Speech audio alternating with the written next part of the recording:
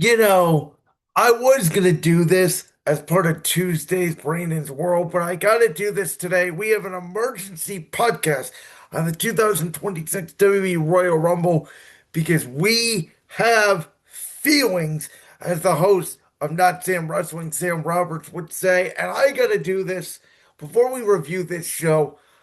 A little rant for those of you in the IWC, aka the Internet Wrestling Community.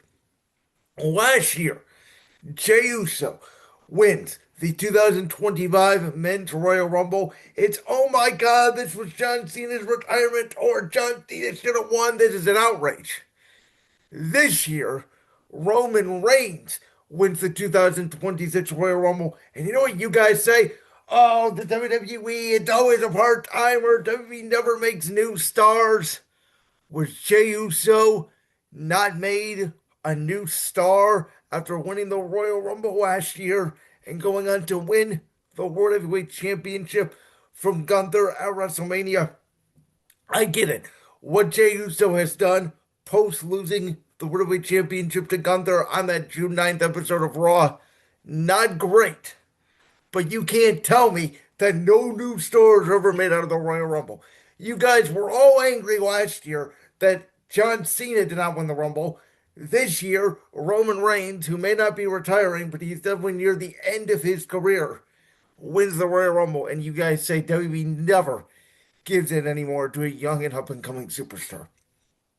As former WWE superstar Daniel Bryan, now in AEW, Bryan Danielson, used to say back in 2019, all you WB fans are fickle. You guys are fake. You guys are outrageous. I'm going to do a rant on Tuesday's show, and I already know this because it's been pre recorded, about Bill Belichick not making the NFL Hall of Fame, about Giannis Antetokounmpo wanting out of Milwaukee, and all the Bucks fans are upset. And I say in that podcast, which I want to listen to on Tuesday, everybody is outraged over everything. And it doesn't matter what political side of the aisle you're on. 4 years ago, the other side was outraged. Now, this side is outraged. And to be honest with you guys, it really doesn't matter. Let's face it, life will go on. We're not going to completely change booking because some people are just so upset because they want to complain. I thought the men's Royal Rumble started off really hot. I thought it tailspin towards the end of the finish. Before we get there, let's kick it off with, in my opinion, the absolute best women's Royal Rumble, hands down, in the what now, 8, 9 year history of them having a women's Royal Rumble.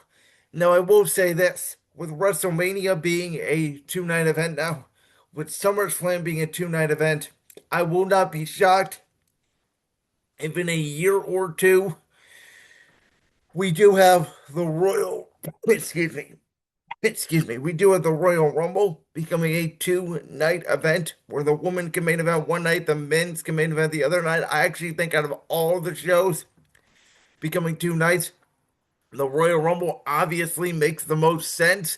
But I thought the woman absolutely knocked it out of the park. You had Charlotte and Alexa Bliss kicking things off, and they teased a little bit here and there, but they didn't really get physical until Kiana James came out at number 3.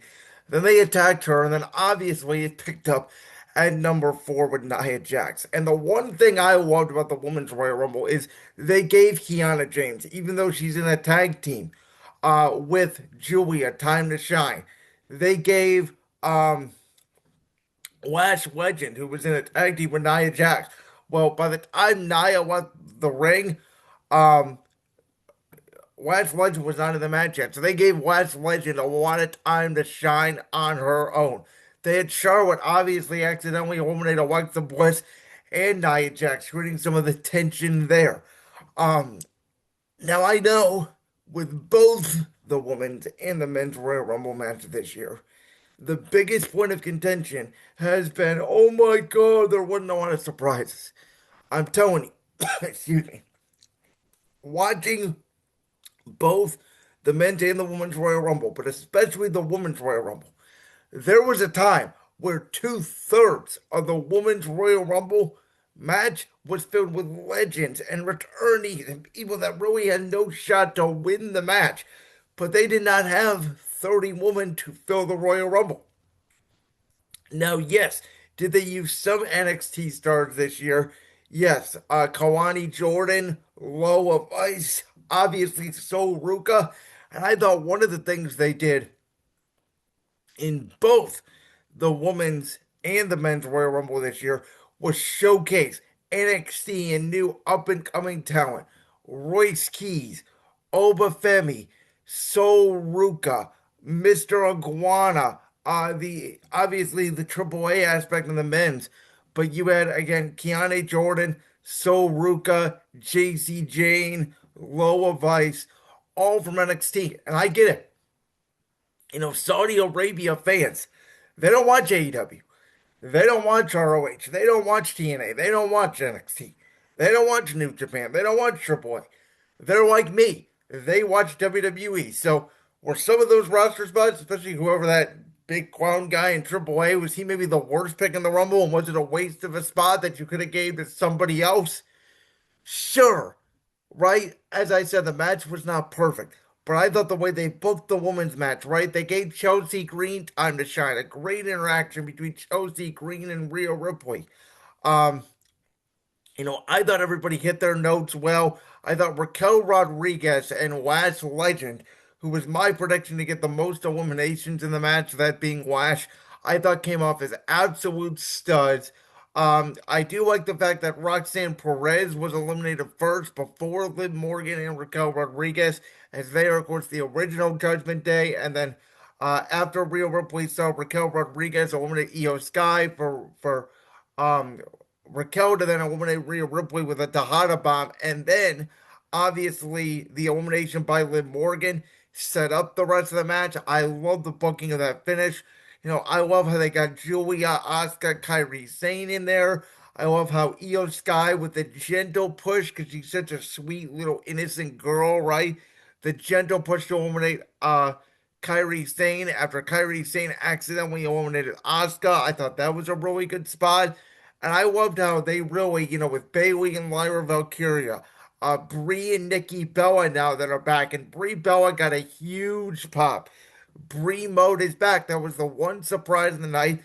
I don't hate it. I don't mind it. Again, the fact that, think about this, guys, 7, 8 years ago, we had 15 or 16 or maybe even more than that.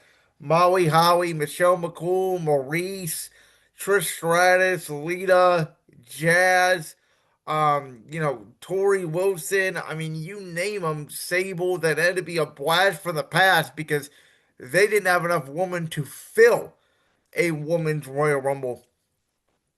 And yet here we are this year with, I don't really count NXT call-ups and surprises because we really don't know who's going to be fast-tracked to the main roster or not. Besides Sol Ruka, and when Bayley came out, they immediately reintroduced that rivalry with Bayley trying to eliminate her after Sol Ruka beat her at Saturday night's main event. I thought that was a nice touch. Just a lot of little things. And that's Soul Snatcher. It's just such an incredible move out of nowhere. It's going to get insanely over with the WWE Universe the way that Javon Evans, the way that Trick Williams has done already. I would love to see Sol Ruka in the mix on the main roster full time.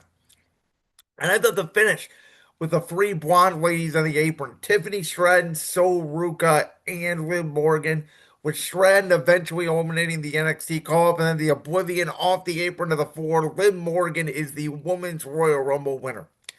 And listen, I do think she's going to challenge the Women's World Champion for WrestleMania. The question is going to be, who is that going to be? You could have Liv Morgan versus Stephanie Valkyrie, which was theoretically on the table once Naomi had to vacate the Women's World Championship due to a pregnancy. But I think there's a real possibility where Raquel Rodriguez wins this Philadelphia street fight tomorrow night on Raw. She becomes the new Women's World Champion. Liv Morgan then picks her challenger, and we have Liv Morgan versus Raquel Rodriguez. The official breakup of the Judgment Day is here. And then you could have Roxanne Perez in the middle. And I think this is where you could have Roxanne side with Raquel potentially and keep Roxanne Perez a heel, and you go into a Liv Morgan Roxanne Perez feud once Raquel Rodriguez retains the Women's World Championship. Again, I thought Jordan Grace, by the way, as well, also looked strong early on, had some eliminations. They gave it was sort of a two-part of the Rumble, where the first part was, Charlotte eliminating Alexa. You had Kiana James in there by herself before Julia got in there. It was sort of like the one half of the tag teams sort of took over. Charlotte, Nia, Alexa, Kiana, Jordan Grace. That would have been just sort of what some of those younger star power, maybe some of those that won't be in the title picture necessarily. And then the second half was a Lash Legend, Raquel Rodriguez, the two powerhouses, the Judgment Day taking over, and then Rhea Ripley, Io Sky, and Bailey, Lyra, Asuka, Kyrie, sort of the rest of that women's tag team division taking over. I had said that I thought that they should have the women's tag team championships be defended this year inside the Elimination Chamber. I think it calls for it. But they may very well, and we'll find out tomorrow night on Raw if they announce that the Elimination Chamber is going to be a number one contenders match or not. We may very well see this carried all the way to WrestleMania. Maybe Rio and Io don't break up like I thought. Maybe you have Rhea and Io go to WrestleMania and either defend or at least compete in the Women's Tag Team Championship match. And you have Charlotte and Alexa Bliss, and you have Kiana James and Julia, and you could even have Nia Jax, Last Legend, Asuka, Kyrie Sane. You could put Chelsea Green and Alba Fire in there. There's excuse me, Bailey and Lyra Valkyria. There's a lot of women out there. The Bella Twins. I mean, there's about eight or nine tag teams. That's not including the Judgment Day right there that I just mentioned, who could be competing theoretically for the Women's Tag Team Championships. As for what this means for Jade Cargill, yeah, I don't know. I thought Bianca Belair was going to return. She did not. There is a world out there or she still could return. She still could come back, but we don't know yet the general direction for Jade Cargill's reign for the women's championship. Tiffany Stratton is back to get some gold. Jordan Grace wants some gold around her neck. I think eventually, maybe even as far as next year, maybe Chelsea Green should win a Royal Rumble and go after the WWE Women's Championship. I think you could put Sol Ruka on SmackDown and put her immediately in a feud with Jade Cargill. So there are some options there moving forward. But as for WrestleMania, I'm not quite sure where we go. Now, AJ Styles versus Gunther was very controversial in this way. When WWE booked this match, AJ Styles' career versus the career killer Gunther, we all said, and this was the point in attention of doing this match and booking this match this way, which again, why you IWC people don't understand this, I don't know. When you book a match that quickly, the way they did, where Gunther taps on AJ Styles' tights, and then Gunther has to, when the referee's distracted, hit AJ Styles with a wall ball power bomb, and they do that angle on Raw. And then the next week, Gunther says, I will do a rematch with you, but I want your career on the line. With the way Gunther retired Oldberg, with the way the Gunther retired John Cena, we all said, wait a minute. I thought AJ Styles was going to retire in 2026, and that meant most of the year. Is he really going to retire right now? And it left that little doubt in your head. Is the career killer actually going to retire AJ Styles? Oh, and by the way, when the match was over, which was a phenomenal match, the Styles clash with AJ to Gunther was pretty. Obviously, the 450, the follow up, everything with Gunther and the chops, and AJ Styles keep fighting back, and the way they did the sleeper hold. And you want to root for AJ Styles because Gunther is a piece of shit, which is the way he's supposed to be, because this is professional wrestling and we're supposed to hate the heel. Gunther is the best heel in the business right now. He has overtaken MJF, and that is for a reason, folks. Gunther being the career killer is for a reason. Michael Cole said it on commentary. Gunther lives and breathes, this sport. He doesn't care about Goldberg. He doesn't care about John Cena. He doesn't care about AJ Styles. He cares about victory and he cares about winning. And he's a dominant machine who only a few people in the history of WWE, he has only lost 6 matches during his tenure in one-on-one competition in WWE, and all of them have been for a world championship. He is undefeated in singles competition. And the way his smug look, the way he gets AJ Styles to pass out in that sleeper hold, and not even booze, just pure silence. The way it was when he made John Cena tap out like a little bee at Saturday Night's Main Event on December 13th, because we didn't want to actually believe that AJ Styles' career was over. Now, there's a lot of speculation out there that AJ Styles could go to TNA. Listen, WWE and TNA have a partnership, they have a relationship. If AJ Styles was really not finishing up his WWE contract and went to TNA, there are people that watch WWE that are now watching TNA, that watch NXT when they invade because WWE is promoting. Watch TNA on Access TV. AJ Styles is going to be there. Trick Williams is going to be there. Ethan Page is going to be there. Obafemi is going to be there. Matt Cardona comes from TNA back to WWE. Like, I don't think that would make sense. Could AJ Styles theoretically wrestle his last match in All Elite Wrestling? Yes, he could. But I don't think he's going to. I truly believe AJ Styles did not want to make a big retirement tour the way John Cena did. You know what AJ Styles' retirement tour the last 3, 4 months of his career was?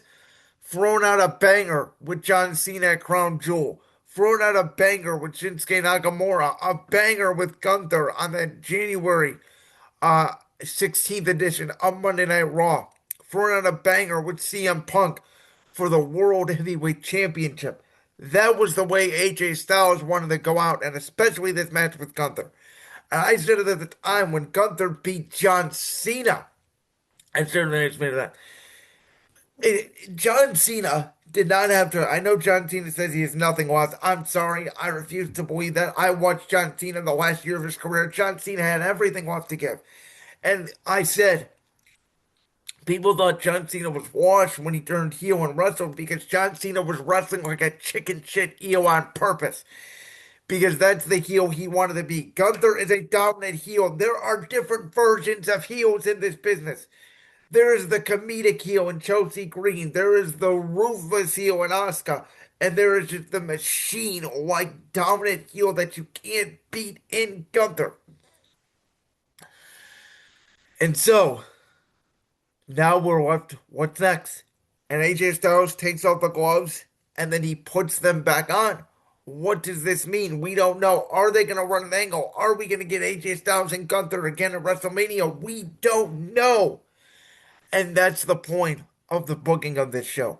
And by the way, Drew McIntyre, the WWE champion, pretty much squashing outside of a little bit of a haluva kick, Sami Zayn with not only one, not two, but 3 claymores. And Drew telling Sami to look into my eyes and deliver that claymore. And Drew defeating Sami Zayn clean as a whistle. And Sami Zayn not even entering the Royal Rumble. Tells you what I believe is about to be a character shift for Sami Zayn, which was similar to the character shift that Drew McIntyre went under. Which is, oh my God, Drew McIntyre keeps getting screwed out of the World Heavyweight Championship. He can't win the big one. He has to turn heel and tell the truth. Well, now, in my opinion, Sami Zayn is going to turn heel. And it could be on Cody Rhodes. It could be on a guy like Damian Priest. Like, I don't know how they're going to book it. I said that I think there's a world out there where you do Sami Zayn versus Randy Orton at WrestleMania with special guest referee Kevin Owens. Well, that's not going to happen because I think that we're going to have the Viper versus the Ring General, the Career Killer versus the Legend Killer at WrestleMania because Gunther, spoiler alert, and we'll get to this, eliminates Randy Orton from the Royal Rumble. Okay? But in my opinion, the way Drew McIntyre defeated Sami Zayn, that means Sami Zayn, in my opinion, is not going to enter the Elimination Chamber. I mean, he always could, and you could have him feel there too, but I don't see it. I think Sami Zayn has gone as far as babyface Sami Zayn has gone. He's been an overcoming, inspiring hero. He's had multiple World Championship matches in his hometown, Roman Reigns in Montreal, Drew McIntyre in his basically adopted hometown of Riyadh because he is of Muslim descent. And now it's time for Sami Zayn to be a heel. And I'm not talking about the heel type that faced Johnny Knoxville at WrestleMania 38, and still to this day, one of my favorite WrestleMania matches of all time. Hate it, haters. This is going to be a mean, aggressive, heel, truth-telling Sami Zayn like we've never seen Sami Zayn before, and I'm excited for it. For the men's Royal Rumble, everybody's picking, including mine. Braun Breaker goes out immediately from Obafemi, who, by the way, folks, this is how you get NXT talent over. Obafemi is going to be a massive star in WWE. I think this year, Obafemi will be in a high profile WrestleMania match against the Beast Brock Lesnar. Why do I say that? Because Brock Lesnar eliminated Obafemi. And I'm telling you right now, Brock Lesnar just does not eliminate that beast the way he did. And they don't mention the fact that Obafemi, the way he started off eliminating Braun Breaker and Matt Cardona and, all these people early on in the match, the way Brock Lesnar did in 2020 for a reason. Obafemi has looked like $1 million since facing Cody Rhodes in Saturday Night's main event on December 13th. Looks like $1 million in his debut in the Royal Rumble. He's got something, folks. He's got that it factor, and I don't believe that there's a way you can screw that up. I love the fact that they had a masked man who's been the running gag in WWE. Yes, I understand that. But just like the way they used the masked man, that it did not have to be Austin Theory when he curb stomped CM Punk at Survivor Series. The best part about this, and I assumed it was Seth Rollins, I assumed he was going to take the hood off and, reveal himself, and it was going to be Rollins, and that was going to be his return. Guess what? Seth Rollins didn't even return in the Royal Rumble. Seth Rollins was never to be seen. On ESPN, Ryan Clark said, "Oh, Seth Rollins, are you ready to come back in the Royal Rumble?" And we all said it's a leak. Well, guess what? It wasn't a leak. Seth Rollins wasn't there. Again, internet wrestling community, stop getting into everything on the internet that everything has to be right because we're on the internet. Sit back and enjoy the show. Because Braun Breaker getting eliminated early set the tone for the rest of the night. Paul Heyman had to regroup with a vision, and Bronson Reed and Austin Theory eventually got in there and they did some damage. But who cleaned house? L.A. Knight. Yeah. Who this was the strongest, I would argue, LA Knight's ever been booked, even dating back to his outpush in 2023. Because he single-handedly eliminates Bronson Reed. He single-handedly eliminates Austin Theory. Him and Cody Rhodes help eliminate the Beast incarnate Brock Lesnar, who was eliminated during the entrance of Jey Uso. Maybe the timing of that was a little bit off. It did feel like that once Jey Uso entered the ring and they did the run it back thing, the Rumble did kind of fall off the rails a little bit.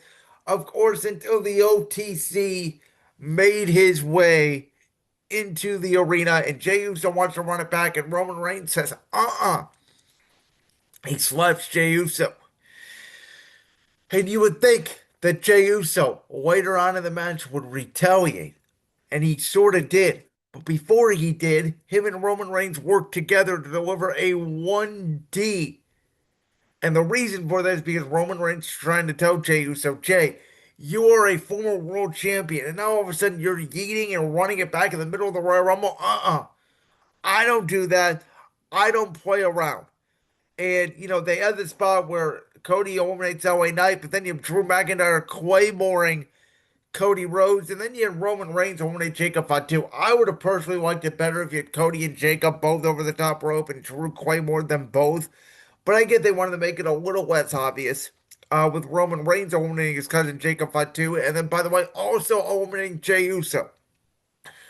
Because this Roman Reigns does not care about family. This Roman Reigns said on the Pat McAfee show on Friday that for 2 years He tried to put the MFTs or the Team Move bloodline, if you will, over. He tried to put Bronson Reed over. He tried to put Braun Breaker over. And guess what? People are complaining that WWE booking sucks. So it's time for the tribal chief to take back his throne. And obviously, the final four: Roman Reigns, Logan Paul, Jey Uso, Gunther. If Roman Reigns eliminating Jey Uso, you have, or excuse me, Roman Reigns eliminating Jey Uso, yes, and then he eliminates Logan Paul. Gunther eliminated the Viper, which will set up Gunther versus Randy Orton at WrestleMania, I believe. The final two was a nice mini series back and forth between Gunther and Reigns, and Roman Reigns with a spear throwing the ring general over the top rope, who was selling his leg injury after AJ Styles decimated him in the calf crusher earlier on in the night. Great touch, by the way. And the tribal chief, the OTC, unlike in 2015, when he was booed out of the building, was cheered universally by the Saudi Arabia crowd because we all know the OTC is back on top. And listen, for the men's title picture at WrestleMania, we still have no idea what the World Championship matches are going to be. My heart says, if I was booking, that Cody Rhodes, Jacob Fatu, and Drew McIntyre would compete in a triple threat match at the Elimination Chamber for the Undisputed Championship because I don't know how you get to Cody, Drew, and Jacob in Mania and, you know, turn this thing all the way to WrestleMania unless you do a match where it's Cody versus Jacob, number one contender match at the Chamber, or even, Cody and Jacob Fatu are inside the Elimination Chamber and Drew McIntyre cost them both the match. You could do that because it's the number one contenders match for the Chamber. Um, but I think you book Drew, Cody, and Jacob at the Elimination Chamber, and then it's, oh, Roman Reigns eliminated Jacob Fatu at the Royal Rumble. We know that at the Royal Rumble, seeds are planted for WrestleMania, aka Brock Lesnar, Oba Femi, Liv Morgan, Raquel Rodriguez, maybe a women's tag team showcase. Who knows? Maybe even um, LA Knight and the former Powerhouse Hobbs, Royce Keys, who I thought, by the way, also looked again very good against some part of the vision. You know, there's a lot of Easter eggs that are usually dropped in the Royal Rumble. What if you have Roman Reigns versus Drew McIntyre? Drew McIntyre still hates the bloodline. He never got over the bloodline. He's the bloodline hunter and the bloodline killer. Or Roman Reigns, Cody Rhodes free, which absolutely does write itself.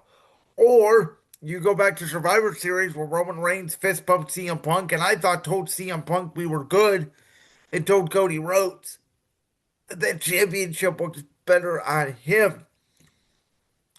But maybe it's the opposite. Maybe he was telling Cody Rhodes we were good, and he was telling CM Punk, that championship would look a lot better on me.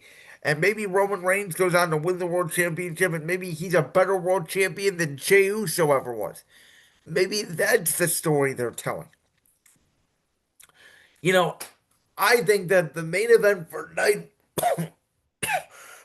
excuse me, the main event for night one for WrestleMania right now is wide open. There is still a world out there where it's Seth Rollins versus Braun Breaker versus CM Punk. What if you just have Braun Breaker win the Elimination Chamber, run for everybody? But then all of a sudden, Seth Rollins arrives on the scene. Seth Rollins, who still has beef with Braun Breaker, still has beef with CM Punk, says, I want in on the World Championship. Then you have Seth Rollins and Braun Breaker have a one-on-one match on Raw because you have so much time between Raw and WrestleMania that you can run a big match like that on a Netflix, on a Raw, and you can do the triple threat match at WrestleMania. What if it's just CM Punk and Roman Reigns? What if it's Seth Rollins versus Braun Breaker one-on-one? What if it's Cody Rhodes against Jacob Fatu versus Drew McIntyre? Well, you could do Cody Rhodes and Jacob Fatu, Drew McIntyre and Roman Reigns. I mean, you could keep Sami Zayn a babyface and have Sami Zayn find his way back to Drew McIntyre. There's a world out there, and I love this pitch from Sam Roberts, who I mentioned at the top of the show today. What if Braun Breaker, just before WrestleMania, out of the blue, wins the World Championship from CM Punk, and you have Roman Reigns, who still hasn't made his decision, about WrestleMania? What if you have Braun Breaker versus Roman Reigns for the World Championship at WrestleMania? There are so many possibilities that, again, you guys are just so mad because Chris Jericho didn't return. And okay, maybe he will come back to WWE, maybe he won't. I won't care. And I have made this point before that if you're going to have legends return in WWE, the roster in WWE is so deep right now. United States champion Carmelo Hayes didn't even compete in the Royal Rumble match this year. There are a lot of WWE superstars in the back that you could theoretically expand the Royal Rumble to 40 superstars like they did for 2011, or maybe I, I think that's maybe a little bit too much. Maybe you could have a year where you do 50 competitors, like the Greatest Royal Rumble in Saudi Arabia.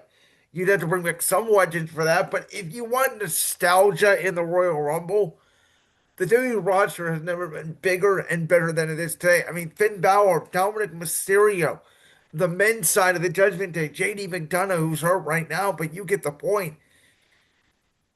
They weren't even represented in the Royal Rumble this year. So, yeah, if you want nostalgia, you're going to have to extend the Royal Rumble. I thought LA Knight's return was great. Was I shocked a little bit not to see Jericho? Because I read rumors on the internet just like all of you. Yes. But rumors are just that. They're rumors. And if anybody says, this is the plan for WrestleMania, you don't know. I don't know. And, a couple days ago, when we went into the road to WrestleMania, and I was booking this, I said, oh, the main event for night one is Braun Breaker, CM Punk, and Seth Rollins. The main event for night two is probably going to be Roman Reigns versus Cody Rhodes. I said there's a world out there where the main event for night two is Roman and Punk, and the main event for night one is Drew, Cody, Jacob. I said there's a world where the main event of night one is Rhea Ripley and Io Sky. Well, guess what? The main event for night two is going to include Roman Reigns. We don't know who he's facing. And the main event for night one, it could be, and maybe Seth Rollins comes back and wins the World Championship. What happens if you run Seth Rollins against Roman Reigns? Because that story is always there. You could do that. I mean, could it be Punk and Breaker? Could it be Punk, Breaker, Rollins? Could it be Breaker, Rollins? Could it be Io, Rio? Could it be Liv and Raquel? Could you get that to a main event? Sure. Folks, we have a lot of time. WrestleMania 42, night one in Las Vegas is Saturday, April 18th. By my math, so yesterday was January 31st. Let's run for the calendar. So 1 week from Saturday is February 7th. So we have 4 weeks in February. We have 4 weeks in March. It's 8 weeks. And we have 2 Saturdays in April before that 18th. So we have 11 weeks. We are about, times that by 7, we are at 77 days away from WrestleMania. That's 2.5 months away. The Royal Rumble is the road to WrestleMania. It is the start to the road to WrestleMania with a bunch of stops and a bunch of topsy-turvy curves along the way. It's not over yet, folks.